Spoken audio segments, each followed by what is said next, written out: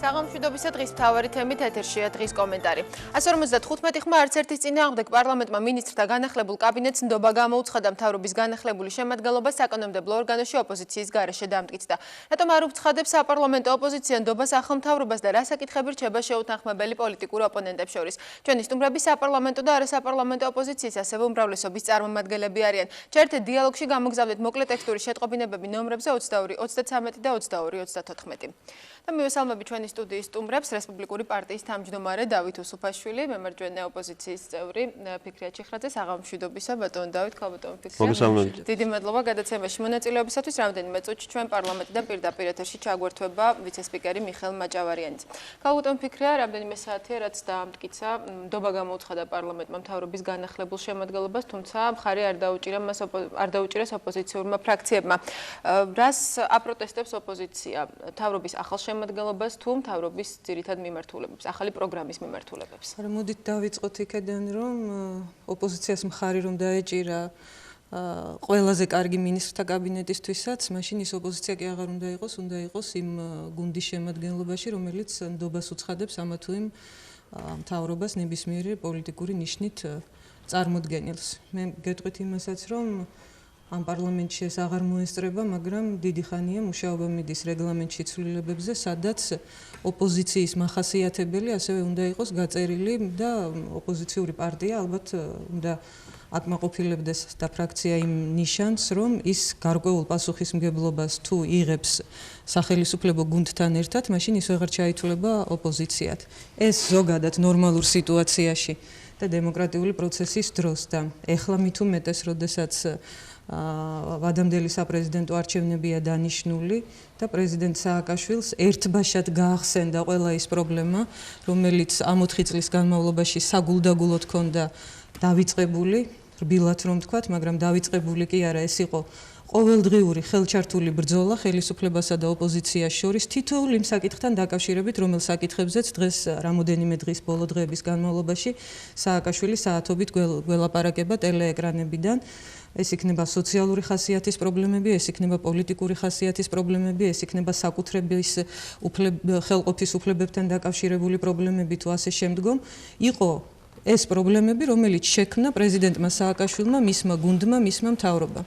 დღეს სააკაშვილი ძალიან მძიმე ვითარებაში აღმოჩნდა პოლიტიკური თვალსაზრისით და წინასაარჩევნო ტრიუკებიდან, ალბათ რომელიც კიდე მრავლად ექნება შემონახული, დაიწყო აი ამ ტრიუკებით, რომ თითქოს ანუ მთავრობაში ცვლილება აქცენტი სოციალურ პრობლემატიკაზე მთავრობის ახალი პროგრამის მიხედვით ხალხს უთხრა, რომ თითქოს რა თქმა უნდა, ხა მე კი არ უკავშირებ, მე მგონი ადამიანი არ არსებობს საქართველოში, ვინც იტყვის, რომ ამ ყველაფერს ამას არ უკავშირებს.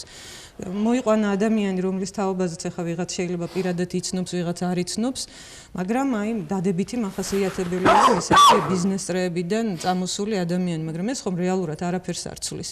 იქ არის ხერხემალი ვანო მერაბიშვილი ამ ხელისუფლებისა, რომელიც რჩება ისევ და ისევ ხერხემლად. იქ არის ბენდუქიძე, რომლის მიმართ უზარმაზარი პრეტენზიები არსებობს საქართველოს მოსახლეობაში და პოლიტიკურ სპექტრში და რჩება ისევ ძველ თანამდებობაზე. ლომაია, რომელიც წარმოადგენს თავისუფლების ინსტიტუტის კადრს, როგორც იქნა აღმოჩნდა იმ თანამდებობაზე, რომელიც მას ყოველთვის სურდა შინაგანად და თავს ვერ იკავებდა ხოლმე თავისი ჰუმანიტარული მინისტრის ამპლუიდან ძალიან ხშირად დაუბრუნებოდა ხოლმე ძალოვანი მინისტრის ამპლუაში და მოგვარებაზე აქცენტს ქალბატონი ფიქრია. რაც შეეხება სოციალური პრობლემების მოგვარებაზე აქცენტს. მე მგონია, რომ ეს ის მიხეილ სააკაშვილია, რომელსაც ყოველი ახალი ბიუჯეტის დამტკიცების დროს, თქვათ იგივე ვეტერანებთან დაკავშირებული შეღავათები ცხადდებოდა გაუქმებულად, ოპოზიცია ითხოვდა ამ შეღავათების გარკვეული ფორმით, თქვათ ან რაღაცა რეფორმირებული ფორმით დატოვებას, მაგრამ სააკაშვილი და მისი გუნდი ყოველთვის ლაპარაკობდნენ იმას, რომ ასეთი შეღავათები მორჩა დამთავრდა აღარ იარსებებს. თუნდაც აკადემიასთან, მეცნიერებათა აკადემიასთან დაკავშირებული ამ 4 წლის განმავლობაში ჩვენ ამ შემთხვევაში მე მემარჯვენეების სახელით მინდა ვთქვა 4 წლის განმავლობაში, რაც ლომაიას ასე ვთქვათ პირველი ნაბიჯები გადაიდგა ამ სფეროში, მათ შორის მეცნიერებათა აკადემიის მიმართ, უმაღლესი განათლების მიმართ, სასკოლო განათლების მიმართ, ჩვენ უმწვავესად ვაკრიტიკებდით და მრავალი საკითხთან დაკავშირებით, რომელთა მიმართაც უცებ შეიცვალა ხელისუფლების დამოკიდებულება. ეს ყველაფერი ნიშნავს იმას, რომ წინა საარჩევნო პერიოდში ქამელეონური ცვლილება განიცადა ხელისუფლებამ და და ამით უნდა რომ ამორჩეველი დააბნიოს ქართულ საზოგადოებას თვალი აუხიოს, მაგრამ მე დარწმუნებული ვარ რომ ამ ხელისუფლებამ იმდენი წყენა იმდენი ტკივილი მიაყენა ქართულ საზოგადოებას, რომ აი ამ რაღაცა ძალიან იაფასიანი და მე ვიტყოდი შეურაცხმყოფელი დამოკიდებულებითაც. მოდი ავიღოთ ის ბინაჩამორთმეული ადამიანები, რომლებიც გარდა იმისა, რომ საკუთრების უფლება შეულახეს ღირსება მთელი ქვეყნის დასანახად და საჯაროდ და საქვეყნოდ. იმ ადამიანებს დღეს რომ ეუბნებიან რომ გიბრუნებ, ძალიან კარგია რომ უბრუნებენ, მაგრამ იმათ ხომ ძალიან კარგად იციან ეს ნაბიჯები რატო იდგმება და ან რა ხდებოდა მაშინ, როდესაც მათ ამ საკუთრებას გასაგებია, ქაბატონ ფიქრე ბატონ დავით, სანამ თქვენ შეფასებას მოვისმენთ, მე ერთ ფრაზას გავასწორებ, რაც მე ვთქვი გადაცემის შესავალში არასაპარლამენტო ოპოზიციაზე, რესპუბლიკელებს ყავთ პარლამენტში წარმომადგენლობა, უბრალოდ რესპუბლიკური პარტიის თავმჯდომარე თავად არ გახავთ პარლამენტის წევრი. ბატონ დავით, თქვენი შეფასება რატომ გახდა ასეთი ცვლილებები საჭირო საქართველოს მთავრობაში? მადლობთ ამ დაზუსტებისთვის, თუმცა არასაპარლამენტო ოპოზიციაც არ არის, ვთქვათ, რაიმე კინოების ტერმინი, მაგრამ სწორი ბრძანდებით რესპუბლიკური პარტია არის საპარლამენტო ოპოზიცია. იცით, მთავრობის ცვლილება, ხო, ასე ჟღერს ეს ფრაზა, მაგრამ შევხედოთ რა შეიცვალა იქ. ფაქტურად შეიცვალა ორი ადამიანი, პრემიერ-მინისტრი და განათლების მინისტრი და განათლების მინისტრი შეიცვალა. და განსახლების მინისტრი. ეს გაკეთდა რატომ? ამას უნდა ჩავეძიოთ. ნუ დაგვავიწყდება რომ მთავრობა პრეზიდენტმა პარლამენტს სულ რამდენიმე თვის წინ წარუდგინა იმ ძველი შემადგენლობით, რა შემადგენლობითაც ის დღემდე მუშაობდა, სურამ ნოღაიდელის ხელმძღვანელობით, სულ ეს იყო სექტემბერში, ხო? ვფიქრია თვალწები. ესე რომ რაიმე სერიოზულ ცვლილებას რომ ქონოდა ადგილი, ეს არ უნდა გაკეთებულიყო სექტემბერში, ან დღეს უნდა დაგვენახა ეს ცვლილება. რა თქმა უნდა, ეს არის მხოლოდ და მხოლოდ წინასაარჩევნო სვლა და მე გეტყვი ძალიან მარტივად თუ რა არის ამ ყველაფრის მიღმა. პირველი, საქართველოს პრეზიდენტი ვერ მიიღებს არჩევნებში მონაწილეობას, თუ იგი არ გადადგა თავისი თანამდებობიდან. მას შემდეგ რაც ის გადადგება თანამდებობიდან, მას აღარ ექნება საშუალება პრეზიდენტის რანგში იაროს, ასე ვთქვათ, შეხვედრებზე, შეხვდეს სხვადასხვა სოციალური ფენის წარმომადგენლებს და ამით როგორც პრეზიდენტმა მიიპყროს თქვენი ყურადღება, სხვა ტელევიზიების ყურადღება, იმედია რომ თქვენ მართლა ასე მოიქცევით და მას ისევე გააშუქებთ როგორც სხვა კანდიდატებს. ანუ ის კარგავდა ეთერს. ესე იგი საჭიროა ხელისუფლების მხრიდან ადამიანი, რომელიც გააგრძელებს ამ ყველაფერს, აი ამ ეგრეთ წოდებული სოციალური პრობლემების მოგვარების ცდელობის იმიტაციის შესაქმნელად და რა თქმა უნდა ამისთვის ნოღაიდელი არ ვარგოდა. იმიტომ რომ ნოღაიდელს როგორც პოლიტიკოს და როგორც არ ვიცი პიროვნებას არ ქონდა ის იმიჯი, რომ მას ეწარმოებინა ეს კამპანია. რატომ ცდელობა? არ ვფიქრობთ რომ განხორციელდება რეალურად ეს ცვლილებები, რადგან მთავრობის სახელმწიფო. საკუთარი პოლიტიკური გუნდიდან პრეზიდენტს არ ყავდა არც ერთი ადამიანი, რომელიც ამ როლში გამოადგებოდა. ამიტომ მან მოიყვანა ადამიანი, რომელიც არის პოლიტიკურად გაუსვლელი, ანუ რას ვერ ჩთავ ეტაპზე, ხო? მოსახლეობა ბატონ ლადო გურგენძეს. ხო, და აი ეს კაცი ახლა ივლის მთელი ამ დღეების განმავლობაში იქნება ძალიან მსუყეთ წარმოდგენილი თქვენს ეთერში, როგორ ზრუნავს ხელისუფლება ხალხზე და ასე შემდეგ. ესაა პრემიერ-მინისტრის შეცვლის ერთადერთი მიზანი და ამოცანა და მიზეზი და ყველაფერი. რაც შეეხება ბატონ ლომაიას, მე ვეთანხმები ქალბატონ ფიქრიას, პრეზიდენტი გადადგომის შემდეგ განსაკუთრებით შფოთავს იმაზე, რომ მისმა გუნდმა არ დაკარგოს ის მონოლითურობა, რაც მას სჭირდება და ბატონ კახას, როგორც უერთგულეს ადამიანს, ჩააბარა ის სფერო, საიდანაც ის შეძლებს ყველაფრის გაკონტროლებას, მათ შორის მომავალი დროებითი პრეზიდენტის გაკონტროლებასაც. ახლა რაც შეეხება სოციალური პრობლემების მოგვარებას. მე ვსვამ ძალიან მარტივ კითხვას. ჩაგერთვებთ უბრალოდ დიახ, სწორედ როცა იყო გამოსვლები პარლამენტის წინ, იქაც იყო მოსახლეობის მხრიდან სოციალური პრობლემების მოგვარების მოთხოვნა. ანუ ამ მოთხოვნის, ასე ვთქვათ, ასახვას იმასში, რომ თავის პროგრამა არის ორიენტირებული სწორედ ამაზე არ უკავშირებს. ითხოვდა მთელი 4 წლის განმავლობაში, ისევ ფიქრიას დავემოწმები და დავიმოწმებ, რომ ყველა ის თემა და ის პრობლემა თავის დროზე იყო ძალიან მკაფიოდ და მწვავედ დასმული მოსახლეობის მხრიდანაც და ოპოზიციის მხრიდანაც. თქვენს მიერ მომზადებულ და ასე ტირაჟირებულ იმ შედევრში, ფილმში, ყველა ის მოთხოვნა სწორედ მიბმულია ახლა რუსეთის აგენტებთან და შეთქმულებასთან, ეს საკასო აპარატები იქნებოდა თუ სხვა ბინებთან დაკავშირებული თემები ყველაფერი.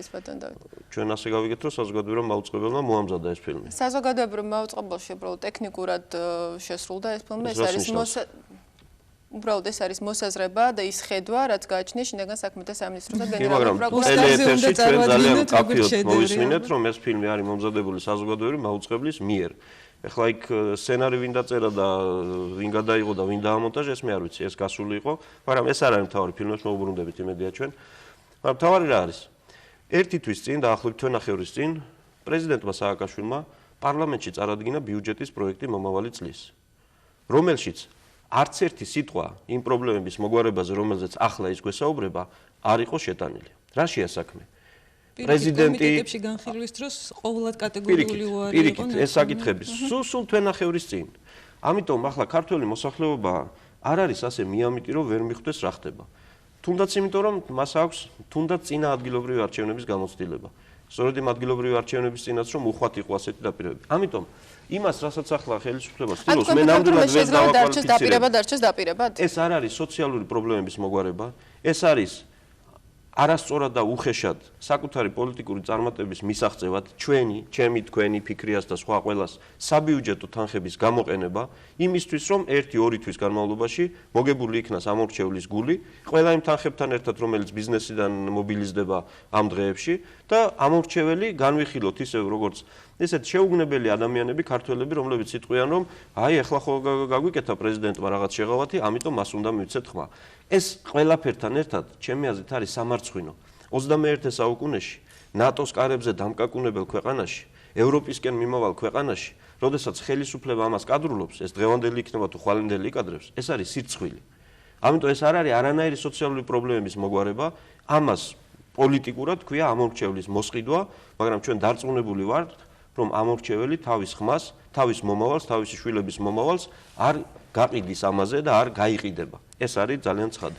გასაგებია ბატონ დავით, ჩვენ ახლა გვაქვს პირდაპირ ჩართვა პარლამენტიდან, ჩვენ შეკითხოს პირდაპირ ეთერში უპასუხებს ვიცე-სპიკერი მიხეილ მაჭავარიანი. საღამომშვიდობის ბატონო მიხეილ. მოგესალმებით. ბატონო მიხეილ, თქვენ ალბათ მოისმინეთ ჩვენს ეთერში ქალბატონ ფიქრას ბატონ დავითის მოსაზრებები, ყოველ შემთხვევაში ოპოზიციის სხვა წარმომადგენლების მოსაზრებებიც ასეთია და ცალსახაა შეფასება, რომ ასეთი ცვლილებები გახდა საჭირო წინასაარჩევნოდ.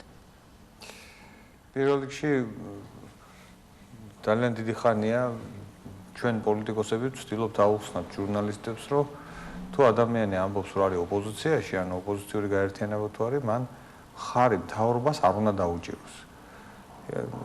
და 12 წლის განმავლობაში ერთ და იგივე ტექსტი მესმის ჟურნალისტებისგან, რომ ოპოზიციამ არ დაუჭირა მთავრობას ხარი. რა თქმა უნდა, თუ დაუჭერს ოპოზიციამ. მაგრამ ეს ფაქტი ბატონო მიხეილ, არ დაუჭერა, არც ყოფილა სხდომაზე ოპოზიცია. არც უნდა იყოს.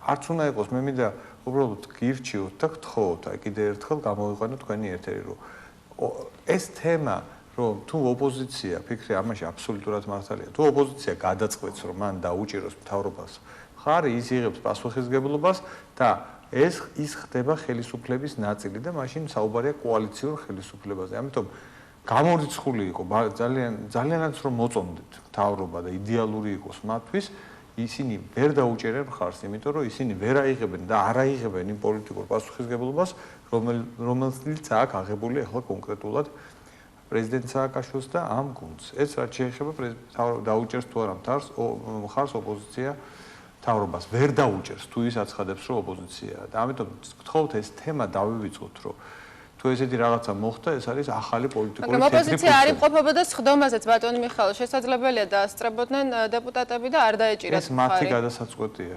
ჩვენი კანონმდებლობით ეს აბსოლუტურად თავისუფალი არჩევანია. უნდა დაესწრება, უნდა არ დაესწრება, უნდა გააკეთებს პოლიტიკურ განცხადებას, რომ პოლიტიკური ნიშნით არ ესწრება, უნდა არ გააკეთებს არაფერი. გასაგებია, რაც შეეხება შეფასებებს, რომ ეს აქცენტი სოციალურ პრობლემებზე არის გათვლილი ამომრჩევლებისკენ წინასაარჩევნო პერიოდში. იცით, აქ ორი ვარიანტია, რა თქმა უნდა, ოპოზიციამ უნდა დაგვაბრალოს, ჩვენ თავი კი არ უნდა ვიმართლოთ, უნდა აუხსნათ. ჩვენ ამომრჩეველს რაზეა საუბარი. ამ ხნის განმავლობაში ჩვენ პირიქით გვესმოდა ახლა რასაც საუბრობენ, რომ უფრო მეტი აქცენტი სოციალურ სფეროზე, თუ რამე თანხა გააჩნია ქვეყანას, კი არ ჩავდოთ კონკრეტულად თავდაცვაში და სახელმწიფოს სხვა სტრუქტურების გაძლიერებაში, ენერგეტიკის გაძლიერებაში, არამედ მივმართოთ პენსიებზე, ხელფასებზე, დასაქმების პოლიტიკაზე და შემდეგ. რა თქმა უნდა, ეს ნაწილობრივ სწორია. მაგრამ თუ ქვეყანაში არ შეიქმნებოდა სტაბილური გარემო, რომ ქვეყანაში ყოფილიყო 24 საათიანი შუქი, რომ ქვეყანაში ყოფილიყო გზები, რომ ქვეყანაში ამდღარიყო ინფრასტრუქტურა, იმიტომ რომ ყველაფერი შეიძლება შენეს თანხები მიმართოს სოციალურ სფეროში, მაგრამ თუ ინფრასტრუქტურა ქვეყნის არ არსებობს, თუ გზა არ არის, რომ გამოიტანო შექმნილი პროდუქცია რაიონიდან, თუ არ არის ელექტროენერგია, რომ ადვილად აწარმოო პროდუქცია და იმის მიხედვით შეარჩიო რაიონი, სადაც ქარხანას ააშენებ, რომ ის ახლო არის თუ არა ჰესთან. გაიხსენეთ, ჩემო მეგობრებო, ჩემო ძვირფასო მაყურებლებო, რომ 3-4 წლის წინ ეს პრობლემები იდგა საქართველოს სახელმწიფომ ავად თუ კარგად, რთულად თუ არ რთულად, მოაგვარა ელექტროენერგიის უზრუნველყოფის პრობლემები, შეიძლება კოლეგებმა ეხლა ბრძანონ რუკი, მაგრამ ვის ფასად, რა თქმა უნდა, ეს ყველაფერი არის საკმაოდ ძვირი ფუფუნება, რა თქმა უნდა, საქართველოს არ არის ენერგო მწარმოებელი ქვეყანა და ჩვენ იძულებული ვართ, რომ ეს გაზილებით მეტი თანხა ჩავდოთ და მე ძალიან უფრო ენერგო ტევადი იყოს, ფინანსურად ტევადი იყოს ჩვენი ენერგეტიკა, გზების პრობლემების გადაწყვეტა და სწორედ ეხლა ამ ეტაპზე ჩვენ თვლით და თუ გნებავთ ესე გიბასუხებ, თუ გონიათ რომ ხა მე ეს შემწხვება ანას არ ვიტყვით, ჩვენ უფრო კარგად გავიგეთ ის გზავნილი, რომ ეხლა საჭიროა უფრო მეტი ფიქრი დასაქმებაზე, უმუშევრობის პრობლემების მოგვარებაზე და რომ საქართველოში ძალიან მარტივად ვიტყვი, რომ არ იყოს მშიერი და არ იყოს გაყინული მოსახლეობის ფენა. არის ასეთი ადამიანები სამწუხაროდ ციღარების ზღვარს ქვემოთ და სწორედ მთავრობის ახალი პოლიტიკა გომარიობს იმაშიც, რომ გზავნილი მიღებულია და ჩვენ უფრო მეტი უნდა გავაკეთოთ ამისთვის. ეს მინდა რომ ჩვენმა კოლეგა ოპოზიციონერებმა კი არ ჩათვალონ, რომ ეს არის რაღაცა ფანდი.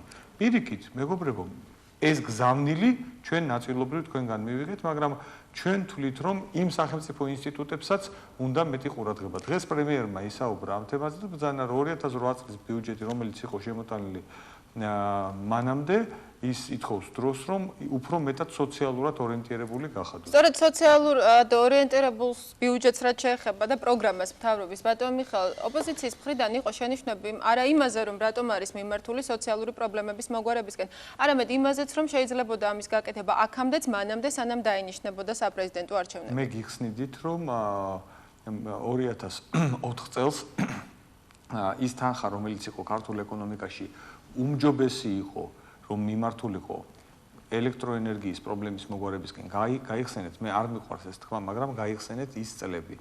მიმართულიყო კომუნიკაციების, გზების მშენებლობისთვის, რომ ყოფილიყო ეკონომიური საფუძველი. შეიძლება ადამიანს ჰქონდეს პირობითად ერთ წელიწადში გაეზარდოს ძალიან ბევრჯერ, ორჯერ ან სამჯერ ის შემწეობა თუ პენსია, მაგრამ არ იყოს საშუალება ამისი რეალიზაციის და ინფლაცია დაიწყოს. ანუ პირობითად შეიძლება ჰქონდეს დღევანდელზე ორჯერ მეტი თანხა, მაგრამ მისი შემსყიდველუნარიანობა, იმიტომ რომ არ არის, წარმოიდგინეთ, რომ ფიზიკურად არ იყო შუქი, ხო? ფიზიკურად არ იყო საშუალება, რომ კომუნიკაცია ყოფილიყო, ფიზიკურად არ იყო ინფრასტრუქტურის არანაირი ცდელობა. დღეს სახელმწიფომ ეს მოდით, ამაში აბსოლუტურად ვასახმებით ჩვენ კოლეგებს, მოდით ამორჩეულმა გადაწყვეტოს ეს გზა სწორი იყო თუ არასწორი, ეს 5 იანვარს არჩევნებია და თუ ეს გზა სწორი იყო მაშინ მიხეილ სააკაშვილს მიცემენ ხმას, თუ არ იყო სწორი, ან ბატონ დავით გამყრელიძეს, ან ბატონ გაჩეჩილაძეს მიცემენ ხმას. ამიტომ ჩვენი საზრით ეს იყო სწორი, მიუხედავად აი ამ დიდი პრობლემებისა, რომელიც ქვეყანას მოუწია გადალახვა, ჩვენ თვლით, რომ ჩვენ 2004-ში, 2005-ში ჩავდეთ ის თანხები, ის ინვესტიციები გავაკეთეთ ეკონომიკაში, რომელმაც მოგცა საშუალება, რომ დღეს ვისაუბროთ სოციალურ ორიენტირებულ ბიუჯეტზე, პენსიების დაზე, პედაგოგების და სხვა სახელმწიფო მოხელეების ხელფასების დაზე, ასევე აქტიურ დასაქმების პოლიტიკას. ბატონო მიხეილ, დღეს თქვენ გააკეთეთ განცხადება, რომ შესაძლოა ხელისუფლების ბრალიც იყოს ის, რომ რეფორმების შედეგები და გაკეთებული საქმეები კარგად ვერ მივიდა მოსახლეობამდე. აღგვამ თუ არა მას ხელისუფლების შეცდომად და დღეს რა გარანტიები არსებობს იმისათვის, რომ უკვე ახლა დაგეგმილი, ახალი მთავრობის მიერ დაგეგმილი რეფორმები სწორად მივიდეს საზოგადოებამდე? რა თქმა უნდა, მე ამას დიდი ხანია ვამბობ, რომ შეუცდომელი ხელისუფლება არ არსებობს, იცით, და თუ თვითკრიტიკული არ ახარ და ვერ ხედავ შენ თვალში ბიდეს და სხვის თვალში ბეწვს ამჩნევ, ეს პრობლემა არის. ალბათ, იცით, მე დღევანდელ შენ გამოსვლაში ვთქვი, რომ იცით, ხელისუფლებას და ოპოზიციის ეს ურთიერთობა არის ძალიან ესეთი კონსტრუქციული და კრიტიკული, იმიტომ რომ შენ სულ უნდა გრძნობდე შენი ოპონენტების სუნთქვას, რომ არ დაუშვა შეცდომა. იყო პერიოდი განსაკუთრებით ადგილობრივი არჩევნების შემდეგ, როდესაც ისეთი დიდი უპირატესობით გაიმარჯვა ნაციონალურმა მოძრაობამ, რომ ჩვენ აი ეს სუნთქვა ცოტა ვერ გავიგეთ და სწორედ მე ვფიქრობ, რომ აი ეს ბოლო დროინდელი მოვლენები იყო ჩვენთვის კიდე ერთი სიგნალი, რომ ჩვენ არის ხელისუფლებაში, როდესაც უნდა უთხრა შენ ამომრჩეველს, რომ მოდით, მე ვიცი სად მივდივარ და მომეცით საშუალება, რომ მიგიყვანოთ ამ გზამდე. მაგრამ ამ გზის განმავლობაში მუდმივად უნდა უხსნა, რატომ აკეთებ ამ ნაბიჯს, რატომ უნდა გამოყვეს ამ ნაბიჯამდე, რამდენი უნდა მოითმინოს, რომ მიიღოს მიზანი. როგორც ჩანს, ჩვენ ამაში დავაკელით და ეს უნდა გამოსწორდეს. როგორც ჩანს, ჩვენ არ მივაქციეთ დიდი ყურადღება იმ საფრთხეებს, რომელიც იყო ამ პროპაგანდაში და ამას უყურებდით, რომ ადამიანები ამას მიხვდებიან, თუ რატო ვაკეთებთ დღეს ჩვენ, რატო ვაგვარებთ ელექტრომომარაგებას, რატო ვაკეთებთ კონკრეტულად ახალქალაქში გაზმომაგარაგების პრობლემას, რატო ვწყვეთ გზების პრობლემას, იმიტომ რომ ეს აუცილებელია მომავალი ძლიერი ქართული ეკონომიკისთვის. ბატონ მიხეილ, რამდენიმე წუთში ჩვენ ისევ დაგიბრუნდებით, გამოგწევთ საუბარ სტუდიაში. ბატონ დავით, პარლამენტის წინ გამართული აქციების დროს ერთ-ერთი მთავარი მოთხოვნა ასევე იყო საარჩევნო კოდექსში ცვლილებები.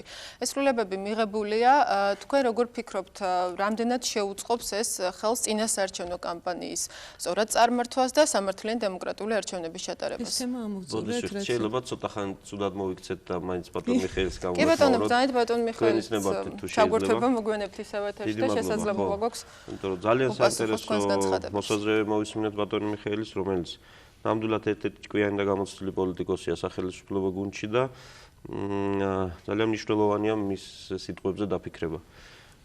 ესე იგი ჩვენ ფაქტიურად ვეუბნებიან, რომ კი 4 წელი რაღაცეები გვეშლებოდა, მაგრამ ახლა გონს მოვედით და ამიტომ მოდი ისევ ჩვენ აგვირჩიეთ, მოგვეცით საშუალება, რომ უკეთ მართოთ ქვეყანა. ეს არ არის პოლიტიკა. ეს არ არის ხელისუფლება, ეს არ არის სახელმწიფოებრიობა. შეგეშალათ ბატონებო, გნებავთ ბოდიშის მოხდით, გნებავთ ბოდიშის გარეშე, წავდით სახლში და მოვა სხვა. იმას შეეშლება ისიც წავა. როდესაც საუბარია რომ ხელისუფლებები შეუცვლელი არ არსებობს, სწორია, მაგრამ არც შეუცვლელი ხელისუფლებები და პიროვნებები არსებობენ. მიუხედავად ჩემი დიდი პატივისცემისა ბატონი მიშას გონიერების და გამოცდილებისა, ახლა როდემდე შეიძლება ეს ახლა შევარდნაძის ხელისუფლებაშიც კრიტიკულ მომენტებში ასე გვესაუბრებოდა ბატონ მიშა შეგვეშალა ახლა გვაცადეთ ახლა გავაკეთებთ კიდე შეგვეშალა ესე იგი კიდე 20 წელი იყოს ეს ხალხი შეეშლებათ მერე რო დაინახავენ კრიტიკულ სიტუაციას 100,000-ობით ადამიანს ქუჩაში გამოსულს მერე ასე ვთქვათ ასეთი ფრაზებით მოგთაფლავენ რომ გვაპატიეთ ესე იგი რაშია საქმე ოღონდ ჩვენ ნუ შეგვეხებით და ქვეყანას რაც უნდა ის დამართვია. იმ საკითხებზე რაზეც თველიც არის ბატონ დავით იმაში, რომ და იმ მოსახლეობის, რომლებიც იყვნენ აქციებზე, რომ ხელისუფლების წარმომადგენლები აღიარებენ თავიანთ შეცდომებს. ჩვენი წვლილი იმაში იქნება, რომ ეს ხელისუფლება შეიცვლება, ამით დაგვირგვინდება ძალიან მალე. მაგრამ იმ თემებზე ისევ რომ აი ჯერ ეს უნდა გაგვეკეთებინაო და ამერე მოხედავდით სოციალურ საკითხებს, რომ მე კიდევ ვიმეორებ ერთი თვის წინ, ერთი თვე და ერთი კვირის წინ პარლამენტში შევიდა ბიუჯეტის პროექტი რომელშიც ამ თემებზე საერთოდ არ იყო საუბარი. ჩვენ გვეუბნებიან რომ ამ ერთ თვეში გამოსწორდა ქვეყანაში სიტუაცია, ამ ერთ თვეში გახდა ქვეყანა უფრო სტაბილური და უფრო ასე ვთქვათ აყვავებული და ახლა მოვიცალეთ სოციალური საკითხებისთვის. Ну, რა თქმა უნდა, მესმის ახლა ძალიან ძიმე დღეშია ხელისუფლება ამ თვალსაზრისით, მაგრამ ისევ და ისევ ვიმეორებ, ხალხს ეს ყველაფერი ესმის, ხალხი ამ ყველაფერს ხედავს და სწორ დასკვნებს გააკეთებს. ჩვენი გასარჩევი შეიძლება ბევრი არც არაფერია, ყველაფერი ცხადია. ორი სიტყვით დავამატებ თუ შეიძლება, ვეთანხმები აბსოლუტურად რაც დათომ თქვა ერთი თავად პრეზიდენტმა მოგვახსენა ერთ-ერთი გამოსვლის დროს რომ აი მე საცაა ვისწავლე პრეზიდენტობა და ხა ჩემი გაშვება როგორ შეიძლება ხელისუფლებიდან და მე არ მგონია რომ ქვეყნის პრეზიდენტის პოსტი არის ის პოსტი სადაც ადამიანებმა ელემენტარული რაღაცები უნდა ისწავლონ და ეს ელემენტარული გახლავთ კანონისა და კონსტიტუციის პატივისცემა ბატონი მიხეილი აქ ამბობდა რომ რაღაცები შეგვეშალა. შეიძლება ბევრი რამე შეგეშალოს ადამიანს მართლაც რაღაცა დაგეგმო ის სწორად ვერ გათვალო, მაგრამ როცა გეშლება ფუნდამენტურ რაღაცებში, როდესაც შენ მიდიხარ კონსტიტუციის ფეხქვეშ გათელვისკენ, როდესაც კანონი შენთვის არ არსებობს და კანონზე მაღლად გახარ ყოველთვის, ეს უბრალო შეცდომები არ არის. ეს არის აბსოლუტურად მიზანმიმართული ქმედება თავზე ხელაღებული ხელისუფლებისა და აი სულ მარტივ მაგალითებამდე რომ მივიდეთ და ვთქვათ, აი რა ვერ დაინახა მანამდე ხელისუფლება სოფლებში მოსახლეობა შეშა რომ ჭირდებოდა ამას მიტინგი და ოპოზიციის სუნთქვა ჭირდებოდა შემოდგომაზე როცა იყო ამაზე ლაპარაკი და ადამიანები რო ითხოვდნენ რომ თუ შემოდგომაზე არ მოვიმარაგეთ შეშა უკვე ძალიან დაგვიანებული იქნება მერე და მაშინ იყო კატეგორიული პასუხი რომ ჩვენ ეს ვთქვით და აი ბოლო პერიოდამდე გადიოდა ის რეკლამა რომ ძალიან მინიმალური შეშა იყო საჭირო ეხლა თურმე აღმოჩნდა რომ 5 კუბომეტრი შეშა უნდა მიუტანონ სახლებში ადამიანებს გზებზე ლაპარაკობდა, გზა ძალიან კარგია მართლაც და ვინ არის ახლა სულელი რო თქვას რომ აყრილ გზას დაგებული გზა არ ჯობია. მაგრამ ის გზა მიდიოდა იმ სახლებამდე, იმ ნაკვეთებამდე, რომელთა პატრონებს არ ქონდათ იმის განცდა რომ ხვალ გაიღვიძებდნენ და მათი საკუთრება დარჩებოდა ისევ მათ საკუთრებად. დამფასად რამდენი გზის გაკეთება შეიძლება და ეს კიდე ცალკე თემაა კორუფციის ეს კიდე ცალკე თემაა გეთანხმებით. შუქზე ლაპარაკობდა და ძალიან მნიშვნელოვანია განათებული ქუჩაც და განათებული სახლიც, მაგრამ თაბუკაშვილის ქუჩაზე იმ ცნობილ სახლთან დაკავშირებით იმ სახლებში ენთოს შუქი და ეს ძალიან მნიშვნელოვანი იყო, მაგრამ იმ ადამიანებს ელემენტარული უფლება არ აღმოაჩნდათ დაცული და შეუვარდნენ სახლში უკანონოდ გამოყარეს იქედან და დაუნგრიეს სახლი. იმ ადამიანებისთვის რაიმე მნიშვნელობა აქვს დღეს საქართველოში უწყვეტი ელექტროენერგია არის, გზები დაგებულია და სადღაც ვიღაცას კიდე შეშა დაურიგეს. აქ ხო ლაპარაკია იმაზე, რომ ადამიანებს ექმნებათ თუ არა ელემენტარულად სასიცოცხლოდ აუცილებელი საარსებო გარემო. და მე სხვა ყველაფერზე ლაპარაკი და ამ ხელისუფლებამ ყველაფერი გააკეთა, რომ ეს არ ყოფილიყო. ეხლა გასაგებია სისტემაზე გავაგრძელებთ საუბარს, რაც მე დავსვი შეკითხვა, დიალოგზე და ცვლილებებზე, ბატონ მიხელსაც მივცეთ მცირე დრო იმისთვის, რომ უპასუხოს, რატომ ვერ დაინახა ეს აქამდე ხელისუფლებამ ბატონ მიხეილ. ისეთ ჩვენ არ მინდა რომ ჩემი ასეთ წყნარი ტონი ჩათვალოთ, რომ შეცდომების აღიარება იცით. ბატონ დავით, ალბათ მიფიქრე ახლა არც თქვენ ხართ უშეცდომოები. თუ თქვენ ფიქრობთ, რომ ახლა ვიტყვი, რომ ჩვენ რაღაცები გვეშლებოდა და თქვენ შეუცნობლები ხართ, ამაზე ვერ შევთანხმდებით ვერასოდეს. პირიქით, მე ვცდილობ თქვენ ალბათ არ გამომივა თქვენთან ეს. ჩვენ მაყურებელს ავუხსნა, რას აკეთებდა სახელმწიფო აი ამ 4 წლის განმავლობაში, რისი გაკეთება შეძლო და რისი არა. ბატონ დავით, მე თქვენს გაფასებთ, ალბათ ფიქრიასაც თქვენ ძალიან ჭკვიანი გამოცდილი პოლიტიკოსი ბრძანდებით. და მე სხვათა შორის იმ დროსაც, როდესაც ვიყავი ხელისუფლებაში, არჩეული ვიყავი. 2 წლით წავედი დანიშნულ თანამდებობაზე, შემდეგ გადავდიგი და ისევ მოსახლეობამ ამერჩია და მადლობელი ვარ ჩემი ამომრჩევლისთვის და მე პოლიტიკურ თანამდებობის პირი დანიშნული დღემდე არა ვარ არჩეული და თუ ჩემი ამომრჩეველი ასეთ არჩევანს აკეთებს და ეს მათი გადასაწყვეტია.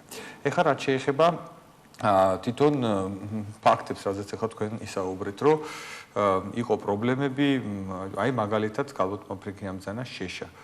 კი, მაგრამ თქვენ არ გვიყიჟინებთ, კაცო, პრეზიდენტი ელექტროენერგიის და გაზის ვაუჩერებს რატო არ იგებსო? ესე იგი, ერთი მხრივ იყო პრობლემა, რომ ადამიანებს უნდათ გათბობა და თუ ამ გათბობას შენ დავაზობ, რომ მე ვაკეთებ ამ გათბობას ელექტროენერგიის ვაუჩერით და მოდით აი 50 ლარის ელექტროენერგია და 50 ლარის გაზი შესაბამისი რა კილოვატ-საათი და კუბომეტრიც არის გათბი და არ მოჭრა ეს ხეთყე და პირიქით არ იწვალო და თანხა არ გადაიხადო ამ ხეთყის მოტანაში უკაცრავად ადამიანისთვის ხო უფრო ხელმისაწვდომად ადვილია რომ ელექტროსადენში შეაერთოს და გათბეს თუ წავიდეს და სადღაც ფიჩხი ააგროვოს და ხალხო ხო ყველაფერზე ხო შეიძლება კამათი მაგრამ იგივე ხა გზასთან დაკავშირებით თუ რამე კონკრეტულად მეტი გზის გაკეთება შეიძლებოდა კი ბატონო ესეც მომავალი ხელისუფლება ალბათ ამას ყველაფერს ნახავს. ეხლა რაც შეეხება ბატონ დავით თქვენ ფორმულირებასთან, წადით და ჩვენ მოვალთ. აი ამისთვის ტარდება 5 იანვრის არჩევნები. ისე კი არა, როგორც ზოგიერთი თქვენი კოლეგა და ამობდნენ, რომ დამთავრდა ეს ხელისუფლება და დღეს და ხვალ და всё.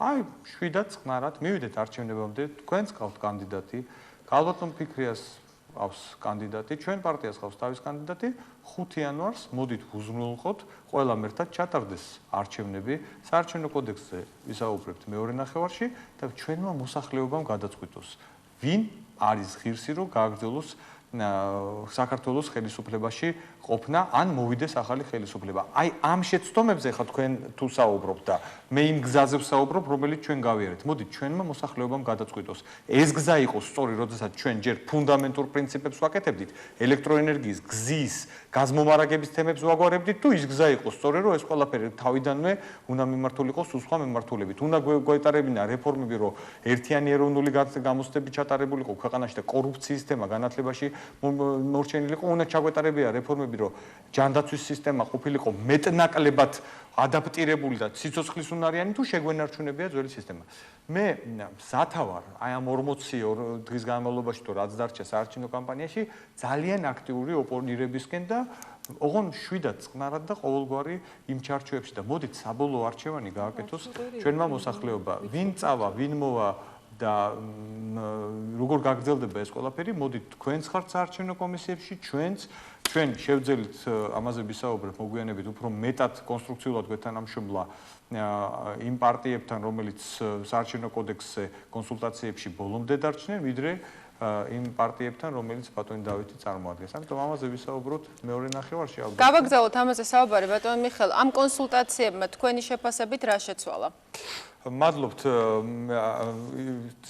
ჩვენ მე მინდა გითხრათ, რომ პირდაპირ გადავალ იმ საკითხებზე, რაზეც იყო საუბარი, მართალია სხვა ტელევიზიებით, მაგრამ მოვისმინეთ კომენტარები, რომ პირველ რიგში მინდა ვთქვა, რომ ცენტრალური საარჩევნო კომისიის დაკომპლექტების წესი მე ეხლა ვშები მომხრე და ესეთი მოდელი არ არსებობს უნივერსალური, რომ იყოს პარტიული თუ იყოს პროფესიული. კი ბატონო, იმის გამო რომ 5 იანვრის არჩევნები ძალიან პრინციპული არჩევნებია და ასევე საპარლამენტო არჩევნები იქნება ძალიან პრინციპული არჩევნები, ჩვენ წავედით, გადავდგით ნაბიჯი და ისე ვიძახი ოპოზიციის ნაწილმა გამომდინარე იქიდან, რომ მათი ასე ვთქვათ მოსაზრება იყო, რომ ეს ჯობია იმას, რაც იყო იდეალური არ არის, მაგრამ ჯობია რაც იყო, ნაწილი ჩვენი ოპოზიციის ამ დიალოგში ბოლომდე წამოყვა და ჩვენ მე მინდა იცოდეს ჩვენმა ამორჩეველმა და მოსახლეობამ, რომ აი ვარიანტით, რომელიც დღეს მივიღეთ პარლამენტში და დღეს უნდა მიგვეღო, იმიტომ თუ გვინდა რომ საპრეზიდენტო არჩევნების დროს უკვე იყოს ახალი CSKO, დღეს იყო ბოლო ვადა და ჩვენ ეს ბატონ დავითს და მის კოლეგებს ვუხსნიდით, რომ აი ეს ვადაში ძალიან შეზღუდულები ვიყავით. ახალი კანონით 6 კომისიის წევრს ცენტრალურ საარჩევნო კომისიაში წარადგენს საქართველოს პრეზიდენტი პარლამენტში და ამტკიცებს პარლამენტი. დღეს არის პარლამენტი უმრავლესობა ერთი პარტია, თორე ხვალინდელ პარლამენტში უმრავლესობა ერთი პარტია შეიძლება არ იყოს, ან აქაც პრინციპი არის შენარჩუნებული პარლამენტარიზმის და 7 კანდიდატ წარადგენს 7 პარტია, რომელიც ბიუჯეტიდან ღებულობს დაფინანსებას. ესეთი პარტიებია ნაციონალური მოძრაობა და ის 6 ოპოზიციური გაერთიანება, ეს არის ნაციონალური ლეიბორისტები, კონსერვატორები, რესპუბლიკელები, მრეწველები, ახლები და თავისუფლება. ყველაზე მთავარი, რაც მოვისმენე ახლა ჩვენი ოპონენტებისგან, მართალია სხვა ტელეარხებით, რომ ეს მაინც უმრავლესობა CSKO-ში აქვს ნაციონალურ მოძრაობას. ესეც არ არის სწორი, იმიტომ რომ ჩვენ ეს იყო სხვა შორის ბატონი კაცდადეს წინადადება და მივიღეთ ეს წინადადება, რომ გარანტირებული იყოს მინიმუმ 3 პოლიტიკური ორგანიზაციის პასუხისგებლობა. ყველაზე მნიშვნელოვან საკითხებზე, რაც არის CSKO, ეს არის უბნის გაუქმება. ანუ თუ 3 პოლიტიკური ძალა, ესე იგი სახელმწიფო და 2 ოპოზიციური, მინიმუმ არ შეთანხმდა 2/3 არის, აქ უმრავლესობაზე ასეთი გადაწყვეტილებები არ არის. ანუ, როცა კოლეგები ამბობენ, რომ 7-6-ია, ეს არასწორია, იმიტომ რომ გადაწყვეტილებას 9 კაცი იღებს. გინდა ყოლია 7 კაცი და გინდა არა. გადაწყვეტილებების უბნების გაუქმებაზე, ყველაზე მნიშვნელოვანი საკითხი. გადაწყვეტილებას რეგისტრაციიდან მოხსნაზე ამა თუ იმ კანდიდატის და დადგენილების მიღება, რაზედაც ძალიან დიდი დებატები და დისკუსია იღებს, საჭიროა 9 ხმა.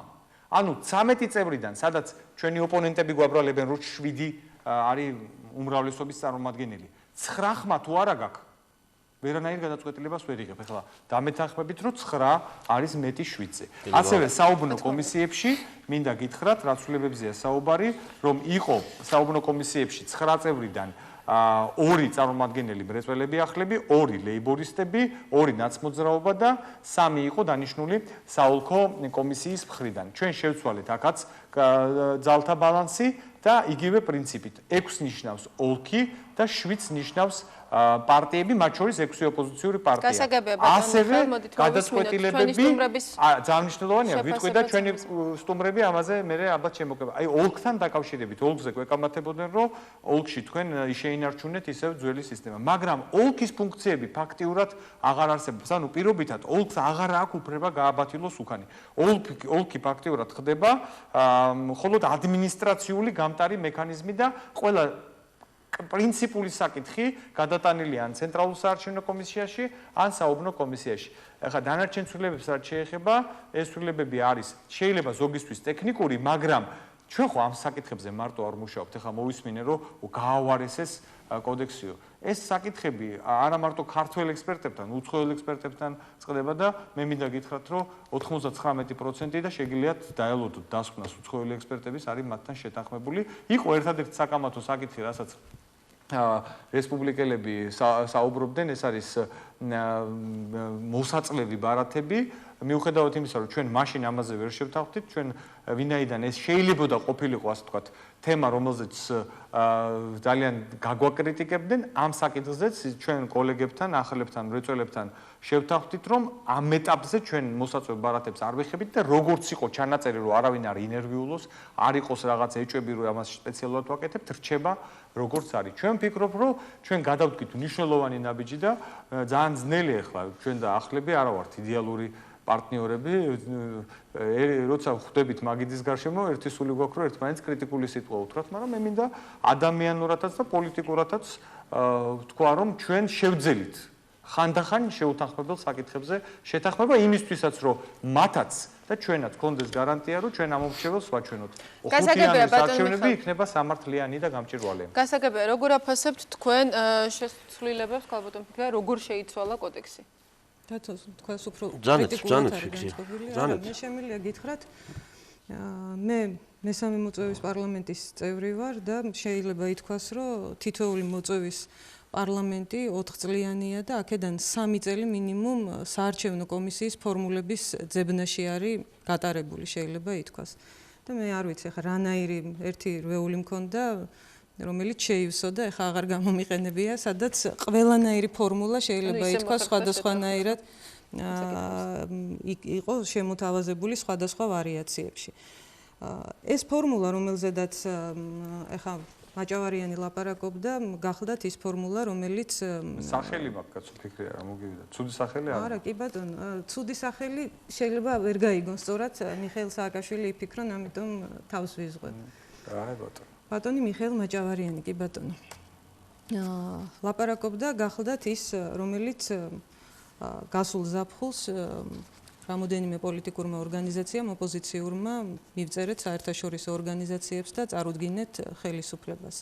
შემდგომში ჩვენმა კოლეგებმა აი ამ ოპოზიციური პარტიებიდან, რომლებიც ეროვნულ საბჭოში შედიოდნენ, წარადგინეს კანონპროექტი, რომელიც განსხვავდებოდა თანაფარდობით იმ ძველ ვარიანტთან. აი ეს შემოთავაზებული ვარიანტი იყო იმაზე ერთით, ასე ვთქვათ, გაუმჯობესებული ვარიანტი. თუმცა, რა თქმა უნდა, აბსოლუტურად შორს იდეალურისაგან, ალბათ იდეალური იქნებოდა, იდეალური საერთოდ ბუნებაში არაფერი არ არსებობს, მაგრამ ის 6 საერთოდ არ ყოფილიყო, რომელსაც ნიშნავს ამ შემთხვევაში პარლამენტი, შემდგომ ნიშნავს ზემდგომი კომისია და ქვემდგომ კომისიაში სავალდებულო წესით წარადგენს, იმიტომ რომ ასეთ შემთხვევაში უმეტესწილად ეს ამ შემთხვევაში აბსოლუტურად და სხვა შემთხვევებში ალბათ უმეტესწილად მაინც ხელისუფლებისაგან კონტროლირებადი იქნება, ანუ იმისგან კონტროლირებადი, ვინც უმრავლესობას წარმოადგენს ხელისუფლებაში. და ცხადია ჯობდა რომ ეს ყოფილიყო აბსოლუტური პარიტეტი, თითო პარტია, თითო კაცით წარმოდგენილი ცენტრალურ საარჩევნო კომისიაში და ისე ყოფილიყო ყველაფერი მიღებული, მაგრამ სამწუხაროდ იდეალური არ არსებობს არაფერი და ჩვენი პრინციპი და ამოსავალი აქედან იყო ის, რომ ამ მომრჩეველს ისედაც აქვს ძალიან ნიჰილისტური განწყობა იმისადმი, რომ ამ ხელისუფლების და საერთოდ ხელისუფლებების შეცვლა არჩევნებით არ შეიძლება. ჩვენ საერთოდ აი ამ დამოუკიდებელი საქართველოს ისტორიაში ვერ მოვახერხეთ ვერც ერთხელ, რომ არჩევნებით ხელისუფლება შეგვეცვალა. სამწუხაროდ, ეხლაც მიუხედავად იმისა, რომ ხელისუფლების რეიტინგი არის პრაქტიკულად ნოლამდე დასული ჩემი ინფორმაციით და იმ განწყობით, რაც საზოგადოებაშია, მაგრამ კაი, ნუ ვიტყვით ნოლამდე რაღაც პროცენტამდე, რომელიც გამარჯვებისთვის არანაირად საკმარისი არ არის. ამ მომრჩეველში მაინც არის ასეთი განწყობა, რომ ხო, მაგრამ ესენი ხო არჩევნებით არ წავლენ და ესენი ხომ არჩევნებით არ დათმობენ. არადა არის აბსოლუტურად რეალური შანსი იმისა და მე ვფიქრობ ამ შანსის გამოყენება აუცილებლად უნდა მოხდეს, რადგანაც მე მგონი ჩემს მახსოვრობაში პირველად არის ესეთი არჩევნები, როდესაც წინასწარ არ არის გარკვეული ვინ გახდება საქართველოს უმაღლესი ხელისუფალი, მანამდე ყოველთვის წინასწარი განწყობა იმდენად კვიდრად იყო საქართველოს საზოგადოებაში, რომ არჩევნებზე მისვლასაც კი აღარ ფიქრობდა ხალხი. ამ შანსის გამოყენება არის აუცილებელი და ჩვენი ამომრჩევლის დარწმუნება არის აუცილებელი იმაში, რომ ჩვენი აქტიურობის შემთხვევაში, ჩვენი მობილიზაციის შემთხვევაში, ოპოზიციური ელექტორატის მობილიზაციის შემთხვევაში აბსოლუტურად რეალისტურია ამ საარჩევნო კომისიის პირობებში და იმ კოდექსის პირობებში, რომ გამარჯვება მოიპოვოს ოპოზიციამ და დაამარცხოს მოქმედი ხელისუფლება. ერთადერთი პრობლემური, ყველაზე მეტად მე რაც მგონია და რაც ასევე აქილევსის ქუსლი იყო საარჩევნო ტრადიცია კომისიისა არის საარჩევნო სიები, რომელიც ესეთი ისევ შემაშფოთებელი ოდენობის გამოცხადდა ამ ცოტა ხნის წინ, რომ 3,5 მილიონზე მეტი ამომრჩეველი არის ფიქსირებული აი ამ მონაცემებით, ამ ახალი, ასე ვთქვათ, შემოვლის შედეგად ამომრჩეველთა სიების მონაცემებით, რაც ძალიან სერიოზულ სირთულეს ქმნის და ამაში ძალიან სერიოზული მობილიზება არის, ისევ საჭირო, რომ ამ სიების გაცხრილვა მოხდეს, რომ არ მოხდეს ისევ ისეთი არეულობა, რომელიც იყო წინა პერიოდში და რომელიც რევოლუციას დაედო საბაბად. ბატონ დავით, თქვენი შეფასება ამ ცვლილებების თქვენც იყავით ოპოზიციის იმ ლიდერებს შორის, რომლებიც აწარმოებდნენ უმრავლესობასთან მოლაპარაკებებს. პირველ რიგში სანამ ბატონ მიხეილ მაჭავარიანს შევეხმიანებოდი, მინდა 2-3 სიტყვა თქვა ქალბატონი ფიქრიას ნათქვამზე. მე ნამდვილად შორს ვარ იმაზე, რომ ქალბატონმა ფიქრიამ რაიმე შეგნებულად შეცდომას შეიყვანა ამორჩეველი, ალბათ გამორჩა ის ამბავი, რომ ის რასაც ჩვენ ვითხოვდით ივნისში, ეს ის ვარიანტი არ არის. იმიტომ რომ ჩვენ საოლქო კომისიების საკითხში ვითხოვდით ზუსტად იმავე მოდელს, რაც საუბრობდა ცენტრალური საარჩევნო კომისიის დონეზე, დამეთანხმებით და საოლქო კომისიების დონეზე ნამდვილად არ ივნისის ვარიანტიც კი არ არის დაკმაყოფილებული, არათუ შემდგომი მოთხოვნები. ანუ ეს ცვლილებები მიღებული ცვლილებები არ არის დიალოგის შედეგი, ბატონ დავით. მაქსიმალურად გაიკრიჭა, ვერ დაგეთანხმებით ამას ქალბატონო ფიქრია, რაღაც შეიცვალა ფუნქციები, მაგრამ საოლქო კომისიას რჩება ძალიან მნიშვნელოვანი ფუნქციები, იმავე საუბნო კომისიების წევრების დანიშვნის, საარჩევნო უბნებთან დაკავშირებული საკითხები, შედეგების შეჯამების თვალსაზრისით იმ რეკომენდაციებით CSKOS-თვის მიმართვა, შესწორებების შეტანა და საერთოდ ძალიან მარტივად ამ საქმეს ჩაუხედავი ამორჩევლისთვის თუ ტელემაყურებლებისთვის რომ დავსვათ საკითხი. თუ ასეთი უფუნქციო და სრულიად უაზროა ეს საოლქო კომისია. მაშინ რატომ ხდება სწორედ საოლქო კომისიაში ოპოზიციის წარმომადგენლების ყოფნა არ ყოფნის საკითხი ესოდენ პრინციპული ხელისუფლებისთვის. ჩვენ მოვითხოვეთ, მოვისმინეთ ორი ჩემი აზრით სრულიად შეუსაბამო არგუმენტი, ერთიო რესურსებიო, ახლა საუბნო დონეზე თუ გვენდობიან რომ 4000-მდე უბანში რესურსი გვაქვს, 70-ზე მეტ ოლქში რატომ არ გვექნება ეს რესურსი? მეორე იყო ხელფასები რატომ უნდა გავცეთო? ჩვენ ვთხარით პარტიებიდან დანიშნულ ხალხს კი ბატონო, ნუ დააფინანსებთ ოლქის დონეზე, ამასაც ჩვენ მოვახერხებთ. ამიტომ ეს ასე ვთქვათ არგუმენტი რომ საოლქო კომისია თითქოს არაფერ შუაში აღარ არის, ეს ტყუილია, ეს დასტურდება დღევანდელი რეალობითაც, როდესაც გამალებულით ცვლიან სწორედ საოლქო კომისიის წევრებს, აი დღეს ამ დღეებში მიმდინარეობს ეს პროცესი ნაციონალური მოძრაობის ერთგული კადრებით. ზოგადად კომისიებთან დაკავშირებულ საკითხებში. თუმცა ერთს აი უკაცრავად ერთ მომენტს ვიტყვი რომ თუ ჩვენ საუბნო კომისიების დონეზე მოვახერხებთ რამოდენიმე იდენტური ოქმის აღებას ოპოზიციური წარმომადგენლები, მერწმუნეთ რომ იქ მანიპულირება საოლქო კომისიის დონეზე ძალიან გაჭირდება. მე მგონი ეს არსებითია და ალბათ აქ უნდა მოხდეს მთელი მე მესმის რომ ამ შემთხვევაში ახალი მემარჯვენეები და ხელისუფლება ამ თემაზე შეთანხმდით, მე პატივს ვცემ თქვენ შეთანხმებას, არ ვიზიარებ და მე მესმის თქვენი პოზიცია. მაგრამ არის რეალობა რომელიც საქართველოში შექმნილია საარჩევნო ისტორიით და თუ იმეს რაიმე ეკითხება ამ საქმეში, მეც ზედმეტი თავმდაბლობის გარეშე ვიტყვი ამას, ვიყავი პირველი საარჩევნო კომისიის წევრი 1990 წელს და მას შემდეგ ვიცი რა ხდება ამ სფეროში. როდესაც საუბარია პროფესიულ საარჩევნო კომისიაზე, დიახ, მეც მომხრე ვარ ამ პრინციპის, მაგრამ უბედურება იმაშია, რომ ამ ხელისუფლებამ ისევე როგორც ბევრ სხვა საკითხში, ისევე როგორც ბევრი ინსტიტუტი, სასამართლოც დაწყებული და თვითმმართველობით გათავებული და რა ვიცი, ყველა უწყებით, აქცია საკუთარი პარტიის დანამატად. ჩვენ რომ გვენახა ადგილობრივ არჩევნებზე პროფესიული, ობიექტური, მიუკერძოებელი კომისიები, რომლებიც იმის და მიუხედავად ვის სასარგებლოდ წყდება საქმე, იქნებოდნენ მართლა პროფესიონალები და ნეიტრალურები, ამ თემამდე და ამ საკითხამდე არ მოვიდოდნენ. რაც ეხება ამ ცვლილებას, ბატონო დავით, თქვენ რამდენად მოგცემთ ეს, რომ არჩევნების შედეგები გამოცხადდეს მიუკერძოებლად და ობიექტურად და იმუშაოთ დავასრულებთ კომისიებთან დაკავშირებით. ბატონი მიხეილი საუბრის პირველ ნაწილში როგორც საუბრობდა, ასე რომ ესაუბრა ამ ხელისუფლებას 4 წელი შეიძლება ბევრი პრობლემა მოხსნილიყო, მაგრამ მეორე ნაწილში როგორც ჩანს სხვა იმპულსებმა იმძლავრა და იყო ჩვეული სტილით, ასე ვთქვათ, შეცდომაში შეყვანა ამორჩევლის თითების ამბავი შეხედეთ. 6 ნიშნავს ხელისუფლება, 7 ნიშნავს პარტიები. ამ 7-დან 1 ნაციონალური მოძრაობა, ესე იგი ჯამში 7 ხალხო არის ხელისუფლება, 6 არის ოპოზიცია. ცენტრალური საარჩევნო კომისიის დონეზე 9 იღებს გადაწყვეტილებასო.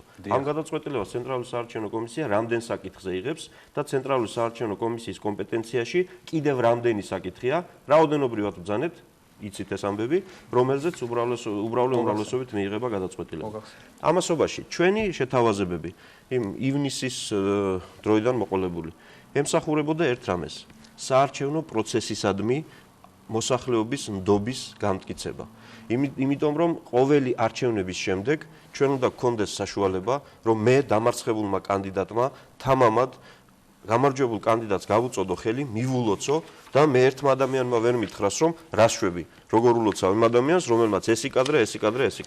რას მოგეცემათ ამის საშუალება? ამ კომისიებით და ამ სისტემით პლუს იმითი, რასაც ხელისუფლება დღეს აკეთებს, ადმინისტრაციული რესურსი მობილიზებულია სრულად, საჯარო დაწესებულებებში მიმდინარეობს ხელმოწერების შეგროვება იმ ხალხის მხრიდან, იმ ხალხის ხელმოწერების, ვინც საბიუჯეტო დაფინანსებაზე არიან, რომ თქვენ აუცილებლად ხარი უნდა დაუჭიროთ ხელისუფლებას. ეს ჯერ დასაწყისია ეს ამბები. ის ყველაფერი, რაც ჩვენ მოქალაქეთა კავშირმა დაგვიტოვა მემკვიდრეობით, სამწუხაროდ ბევრი ადამიანებიც, რომლებიც ახლა ხელისუფლებაში არიან, ეს მათი სტილის არჩევნებია. ჩვენ ამიტომ ვითხოვდით და სწორედ 2 ნოემბრამდე ერთი კვირით ადრე, იმიტომ შევიტანეთ პარლამენტში ოფიციალურად საკანონმდებლო ინიციატივა და ამ ინიციატივის პრინციპებიდან დაყრდნობით საუბრობდით ჩვენ მოლაპარაკებებზე. ეს იყო ტყუილი, რომ ოპოზიციამ რაიმე მოთხოვნა გაზარდა მოლაპარაკებების დროს, ჩვენ ვითხოვდით, რომ გავაკეთოთ ის ვარიანტი, რომელიც ერთხელ და სამუდამოდ ამ საკითხს დაასრულებს. ის ვარიანტი, რომელიც სხვათაშორის გამოიყენა უკრაინამ. სწორედ იმ კრიზისულ სიტუაციაში, როდესაც უპირველესი ამოცანა სახელმწიფოებრივად მოაზროვნე ადამიანების მხრიდან იყო ის, რომ არჩევნებს უნდა კონდეს ნდობა. და იმ პრეზიდენტმა დაინახა, რომ იქ მანიპულირების გზით ხელისუფლების შენარჩუნება, ან რაღაც დიდი უმრავლესობის მოპოვება, ეს ქვეყანას ძალიან ძვირად დაუჯდებოდა. ჩვენ სწორედ ამიტომ ვითხოვდით ამას. და ორი სიტყვით იმ თემაზე მე მესმის ვარა, მე მგონი ბატონი მიხეილი არ იყო ძალიან მოკლედ. შეთანხმებასთან დაკავშირებით და მოლაპარაკებებთან დაკავშირებით. ისევ ქალბატონი ფიქრია დამემოწმება.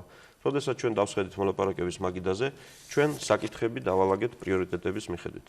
იყო პოლიტიკური ტერორის შეწყვეტა, ტელეკომპანია იმედის გახსნა, საგანგებო მდგომარეობის გაუქმება, ეს სამი ორივე მხრიდან, ახალი მემარჯვენეების მხრიდან და ჩვენი მხრიდანაც იყო დაყენებული საარჩევნო საკითხებამდე, სხვა კონფიგურაციით, მაგრამ ეს სამივე თემა იყო საარჩევნო თემებამდე. ამასობაში, რა თქმა უნდა, გვესმოდა, რომ საარჩევნო საკითხებზე შეთანხმება აუცილებელია. დღევანდელი მდგომარეობით გაუქმებულია საგანგებო მდგომარეობა, პოლიტიკური ტერორი აღწევს ახალ მწვერვალებს ვიზე ხორცელდება ბატონო ყველაზე, აი ის თქვენ რომ ბრძანეთ, რომ ჩვენი გადაღებული ფილმი არ არის ისო, მე ძალიან გთხოვთ, ჩვენ დიდი ხნის ცოცხლე გვაქვს ყველას მემორი. ეს გადაღებული არა, ბატონო მიხეილ, ეს არის საარქივო მასალები, რომელიც ყველა ტელევიზიის არქივში ინახება. და თქვენს არქივში მარტო ეს მასალები იყო და ეს კომპილაცია შემთხვევით მოხდა? ასე რომ ეს ფილმი ნათარგმნია უკვე ძალიან ბევრ ენაზე. და ძალიან ბევრ არქივში. საზოგადოებამ აუწყებელმა დღეს გაავრცელა ამასთან დაკავშირებით ოფიციალური განცხადება და მე თუ გნებავთ კიდევ ერთხელ გავიმეორებ ამას ეთერში, რომ ეს იყო შინაგან საქმეთა სამინისტროს და პროკურატურის ხედვა და ისევე როგორც ოპოზიციის ხედვა, ჩვენ ვაცნობთ ხელისუფლების წარმომადგენლების ხედვასაც საზოგადოებასაც.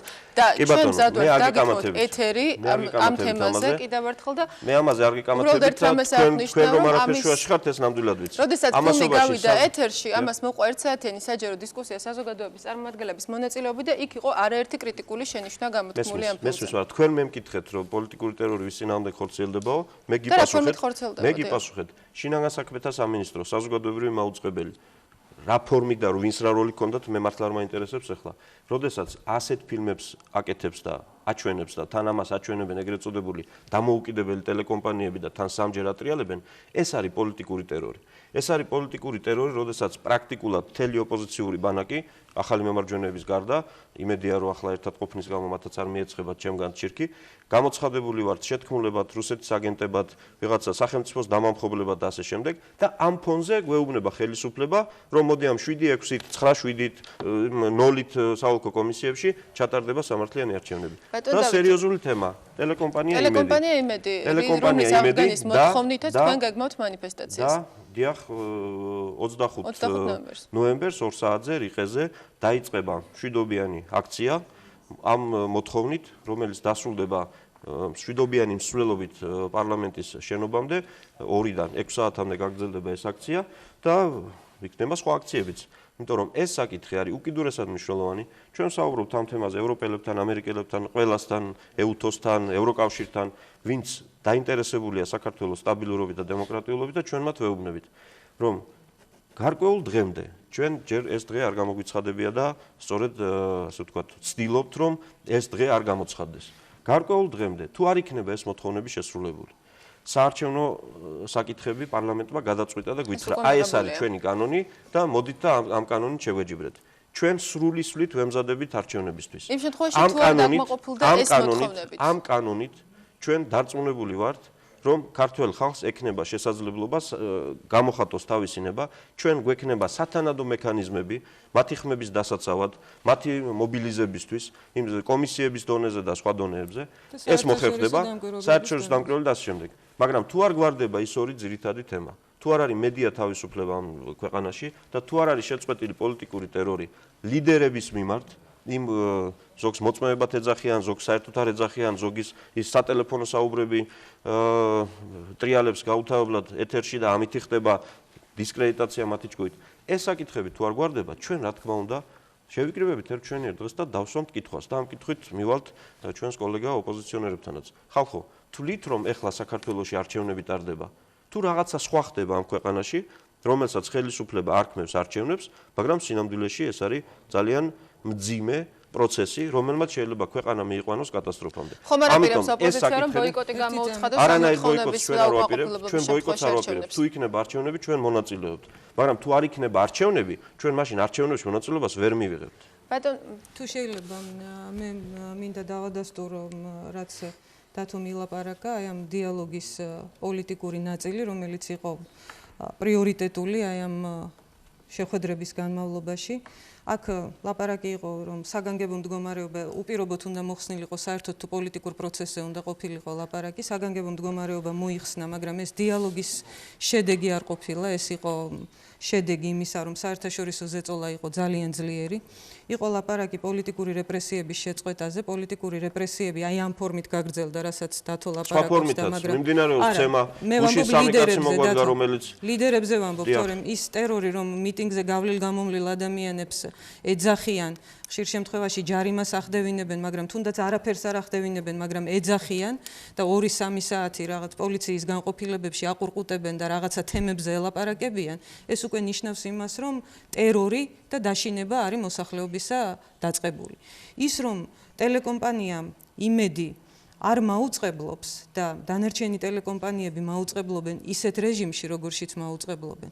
რა თქმა უნდა, აი ამ უსამართლობის განცდას აასკეცებს და მე წინა ბრიფინგი მქონდა პარლამენტში და მაშინ მივმართე ყველა ჟურნალისტს და უთხარი რომ მაშინ როდესაც ტელეკომპანია იმედი არ მაუწყებლობს და დროებით შეჩერებულია, 10 მაგი პასუხისმგებლობა აქვს თითოეულ ტელეკომპანიას, რომელიც დღეს ეთერში მაუწყებლობს, რომ ამომრჩევლის ბევრად უფრო მეტი ნდობა მოიპოვოს, რომ არ იყოს ისეთი შიმშილი ტელეკომპანია იმედის მიმართ, როგორი შიმშილიც დღეს არის და მე მერწმუნეთ, ყველა ტიპის საზოგადოება დღეს პოლიტიკური საზოგადოება იქნება თუ უბრალოდ ადამიანები, რომლებიც თუნდაც სერიალს უყურებდნენ, არიან ძალიან მძიმე მდგომარეობაში ფსიქოლოგიური თვალსაზრისით, იმიტომ რომ იმ სერიალების მაგივრად დღეს ხელისუფლებამ მათ შესთავაზა ერთის მხრივ მიხეილ სააკაშვილის სერიალები, რომლებიც არ მთავრდება ეთერში და შესთავაზა აი იმ ფილმის სახით განმეორებით სერიალები, რომლებიც მართლაც ბრეჟნევის დროინდელი ფილმების ასოციაციას აჩენს, ვისაც გვახსოვს ბავშვობის დროიდან ბრეჟნევის დრო. და ბატონო მიხეილ არ დამეწყები ხართ. რამდენად უშლის ხელს მომბრძანებულ ყავით მაშინ ბატონო მიხეილ, მე მეგონა იმიტომ ვერ მოხვედით რომ არ გეცალა. მიმდინარეობას და არჩევნების სამართლიანად ჩატარებას. ბატონ დავით, ყოველთვის მზად ვარ იბასპიზოთ პარლამენტში და მოვიდეთ თქვენთან სამეცნიერო. აქაც მომზადეთ ხოლმე, აქაც ახლოს კარგი იქნება. სიამოვნებით. რა თქმა უნდა, უშლის და ყველანაირად არათანაბარ მდგომარეობაში აყენებს პოლიტიკურ ძალებს. ახლა მე შორს ავარ იმ აზრისაგან, რომ მიხეილ სააკაშვილი დღესში 3 საათი თუ დაჯდება ღია ეთერში და ილაპარაკებს ეს ამომრჩევლის განწყობას შეცვლის, მაგრამ ჯერჯერობით არ მოუხსნია მას პრეზიდენტის საგანგებო მდგომარეობის დროს, როდესაც ყველა არხი იყო დაკეტილი, ერთადერთი თქვენი არხი მუშაობდა. საგანგებო მდგომარეობის დროს, როცა მოსახლეობა იყო უკიდურეს ინფორმაციულ ვაკუუმში და ამ დროს პრეზიდენტი საარჩევნო შეხვედრებს ატარებდა, აი ამ არხის მეშვეობით საარჩევნო კამპანია დაიწყო. საზოგადოებრივმა მაუწყებელმა საგანგებო მდგომარეობის პერიოდში არამხოლოდ დაუთმო, არამხოლოდ რეპორტაჟები, არამედ პირდაპირ ეთერით ოპოზიციის წარმომადგენლებს. მე ვლაპარაკობ პრეზიდენტზე, რომელმაც ეს იკადრა 7 ნოემბრის შემდეგ ერთადერთ ტელევიზიაში დაუხურა ტელევიზიაში საარჩევნო კამპანია დაიწყო. ამაზე ლაპარაკობ. ბატონო დავით, ალბათ თქვენ ფიქრე ახლა. მართლაც ისეთი მიხეილ და ბატონ მიხეილ, კიდევ ორი ერთი მთავარი წამით. მოთხოვნა ტელეკომპანია იმედის მაუწყებლობის ერთი წამით. აღდგენა და მანამ პოლიტიკური იმედზე რეპრესიების გადავალთ შეწყვეტა. და სხვა საკითხებზე ვისაუბრებთ. ეხლა მართლა თუ იყო რეჟიმი ორი კვირის წინ, რომ შეეძლოთ ესაუბრათ რამდენიც უნდათ, როგორც უნდათ და ეს ყველაფერს უნდა ისე მიიღოთ, როგორც არის. ეხლა აშკარა არის, ვზივართ სამი ადამიანი და თუ გინდა ჯამურად დაითვალეთ, მე რამდენს ვსაუბრობ, რამდენს საუბრობენ ოპონენტები, ერთსაც კანდიდატი ყავთ საპრეზიდენტო, მეორესაც და ამის შემდეგ გითქმება კიდე რომ ჩვენ არ აგვაქვს თანაბარი ეს ჩვენი კანდიდატები ჯამურად ითვლება, კიდე 7 შეიძლება იყოს ოპოზიციური და თქვენ უნდა ელაპარაკოთ 7-ზე მეტი, როგორ გინდათ ეხლა? 27 იყოს, მაგრამ ბატონო დავით, იცით რა, მე სწორედ ეს შემოგთავაზეთ, აქ მომძალებული და დავიცავდით უკეთ. მოვალ, ბატონო დავით, რა პრობლემაა? ნამდვილად არ არის მაგისი პრობლემა. შეიძლება მე რამოდენიმე სიტყვა ვბრძანო და მე გააგრძელეთ თქვენი მოსაზრებები. ესე იგი, რაც შეეხება ფილმს, ეს იყო თქვენ როგორც გაქვთ თქვენი ხედვა, ეს იყო ხედვა იმ ჯგუფის, კონკრეტულად ითქვა, მათ შორის შეგიძლია თქვათ, რომ მე ძალიან ბევრს რაც იყო ფილმში აბსოლუტურად იმედია სცენარის დაწერა შეგიძლიათ მონაწილეობა. სატელეფონო საუბრებთან დაკავშირებით, ბატონო დავით, ჩვენ არაერთხელ გვისაუბრია და ასეთ სატელეფონო საუბრები რატო სხვაებს არ აღმოაჩნდათ? არ უნდა ისაუბრო ისეთ თემებზე არ აღმოაჩნდა. ერთ წამით რა. აი ეს თემებზე ბატონო დავით რომ მე შეგრცხვეს რაზეც საუბრობ რა. ეხლა მცდელობა რომ ეს იყო სატელეფონო აი დემოკრატიის წვერვალი. აი წვერვალია დიახ დემოკრატიის, იმიტომ რომ მოდით მე არ დამიწყია, მე ვსაუბრობდი საარჩევნო საკითხებზე. თქვენ გინდათ აი ამ საკითხებზე ვისაუბროთ, მაგრამ მე დაუბრუნდები იცით სატელეფონო საუბრები ტელევიზიის მეშვეობით. კი, მაგრამ შედალოცვილო, ვინ გაიძულა რომ გესაუბრა იმ თემებზე, რომელიც მე შეიძლება და გამختارიყო ქვეყნისთვის პრობლემატური. ლევან ბერძენიშვილის საუბარში რა არის პრობლემები თქვენ მითხრათ? ბატონი ბერძენიშვილის, ბატონი ნათელაშვილის, ლევან ბერძენიშვილის საუბარში მითხარით რა არის პრობლემები? ბატონო დავით ამასთან დაკავშირებით მე არა ვარ არც პროკურორი და თქვენ ძანეთ რომ მე ვიზიარებ იმ მოსაზრებებს რაც ფილმში იყო და ისმენ. ფილმში იყო მოსაზრებები რომელსაც ლევან ბერძენიშვილის საუბარში რა იყო მითხარით? მოსახლეობას თქვენ შემოგთავაზat საზოგადოებამ აუწყებელმა რომ თქვენ თუ გაქვთ სხვა ვერსია არ არის პრობლემა მობრძანეთ და ესაუბრეთ. ეხლა რაც შეეხება მიტინგზე გავლელ გამოვლელებს და მე საარჩევნო კოდექსს დაუბრუნდები, იმიტომ რომ ეს ძალიან მნიშვნელოვანია. ბატონი დავითისგან მიუხედავად ამ ცოტა შეკამათებისგან მე ძალიან მნიშვნელოვანი გზავნილი მივიღე, რომ მან ბრძანა თუ არ მეშლება, რომ ამ კანონით მიუხედავად იმისა, რომ ეს არ არის იდეალური მათთვის, შესაძლებელია მათ მიიღონ არჩევნებში მონაწილეობა და თავისი ხმები დაიცვან. მაშინ, როდესაც საუბარი არის პარალელურ დათვრაზე, ბატონო დავით და ისიც რომ არასამთავრობო ორგანიზაციები, მათ შორის ისინი, რომელსაც თქვენ ენდობით მთლიანად აკეთებენ პარალელურ დათვრას. ფიქრიამ აბსოლუტურად სწორად ბრძანა, ქალბატონმა ფიქრიამ, რომ ორ ან სამ ოპოზიციურ პარტიას თუ ექნება ოქმი უბნიდან წამოღებული, სადაც იქნება შედეგები დაფიქსირებული, ვერც ერთი საოლქო კომისია, რომელშიც კანონში ჩაიწერა ფორმულირება, რომელიც მოითხოვას მემარჯვენეებმა, რომ მხოლოდ ოქმების შეკვრა მიდის CSKO-ში, რომ წერია, რომ აქ არის პირობითად 23 ხუთი კაცი ამიტომ გჭირდებათ, რომ ოქმის შეკრას და გააგზავნოს? ხუთი კაცი დარჩება თუ არა ამ არჩევნების შემდეგ ეს დღეს ხუთი კაცი იმიტომ გჭირდებათ, რომ ოქმების შეკრას კრეპით და გააგზავნოს CSKO-ში? წინვალეთ იცით, მე არ გიშლიდით ასე არა, გეკითხებით. ამას ცალკე პროცედურა უნდა და ბატონო დავით, მაშინ ჩვენ უნდა ხუთი კაცი ამისთვის გჭირდებათ? ჩემო კარგო, შენ ძალიან კარგად იცი, რომ ოლქის გაუქმება ავტომატურად ნიშნავს, რომ CSKO-მ უნდა ცალკე მოხდეს გადანიშნები, ცალკე უნდა ჩატარდეს სერტიფიკაცია. ეს ისეთ პრობლემები შეგვიქმნიდა, რომ ვერ ჩატარდებოდა არჩევნები. ამიტომ იყო საუბრები, რომ 22 ნოემბერს სერტიფიკაცია რა შუაშია ახლა?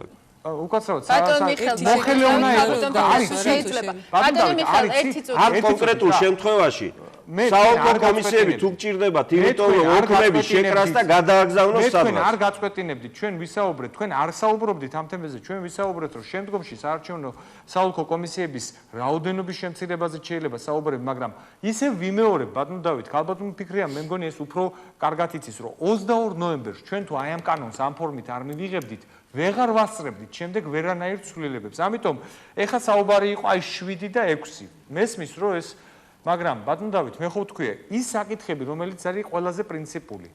უბნის გაუქმება, რაც თქვენ ყოველთვის გქონდათ თქვენი, ასე ვთქვათ, შიშები ცუდი სიტყვა, ანუ წუხილი. რეგისტრაციიდან მოხდა, მათქმევინეთ რა. ძალიან გთხოვთ, ბატონ მიხეილ, ბატონ დავით